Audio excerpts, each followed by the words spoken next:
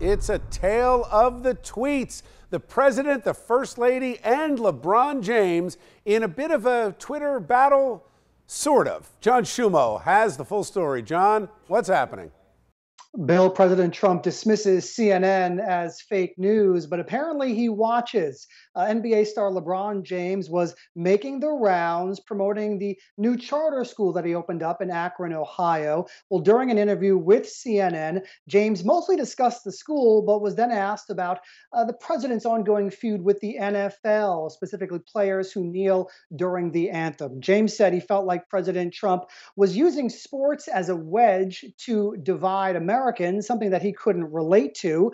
Well, the president responded on Twitter by insulting LeBron's intelligence. He wrote, "LeBron James was just interviewed by the dumbest man on television, Don Lemon.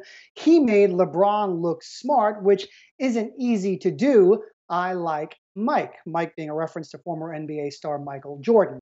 Well, the president's tweet received tens of thousands of critical comments and support for LeBron. Even First Lady Melania Trump apparently stood up for the NBA star. In a statement, her spokeswoman wrote, "It looks like LeBron James is working to do good things on behalf of our next generation." Now, Bill, one of the best-known basketball coaches in the tri-state area, agrees. A Hall of Fame high school coach, Bob Hurley Sr., said LeBron doesn't deserve the president's ire. Take a listen. My feelings are that our president, perhaps should focus more on things of a national nature. LeBron is a bad guy to just go after as he's opening up this school and offering this opportunity to educate so many kids.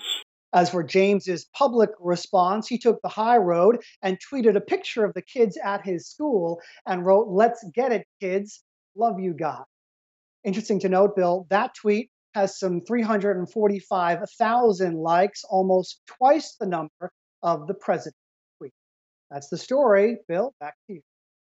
Thank you, John. Appreciate it. I'm going to bring back our A-plus panel for tonight's show. Afia Yunus, immigration attorney. Good to see you, Afia. You too, Bill. And Garland Nixon, radio host. Good to see you, Garland. Welcome back. Afia, I'm going to start with you on this. Funny, just even the way John ended that, that seems to be it. Like we're competing for likes even at the presidential level now. Yeah, and I think that's what's, funny but also sad about this whole situation is that the president, the commander-in-chief of this country, is spending his time calling people dumb, calling people stupid. This is stuff that my 5-year-old doesn't even do. Now, Garland, I hear this. I love it on two levels. One, I love that the president's so transparent that he's on Twitter. You never have to be concerned with what he's thinking about because he's tweeting all hours of the night.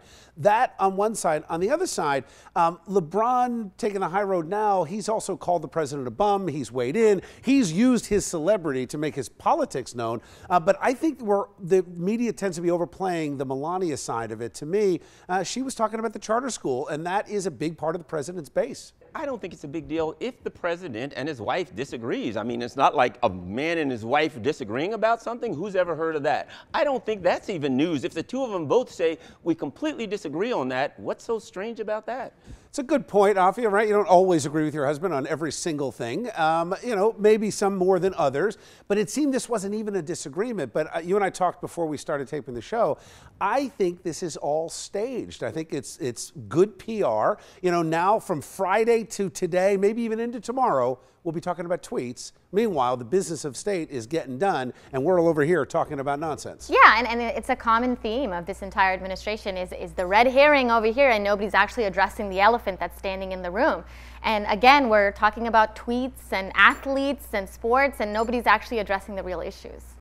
And the problem is the press. I don't blame Trump for throwing out this bait, but they bite the hook every time. Every single time. If I were a politician and I could get them to ignore everything that I was doing and just talk about whatever I wanted, I'd probably play that too. All right, we'll see. More to come. Thanks, guys.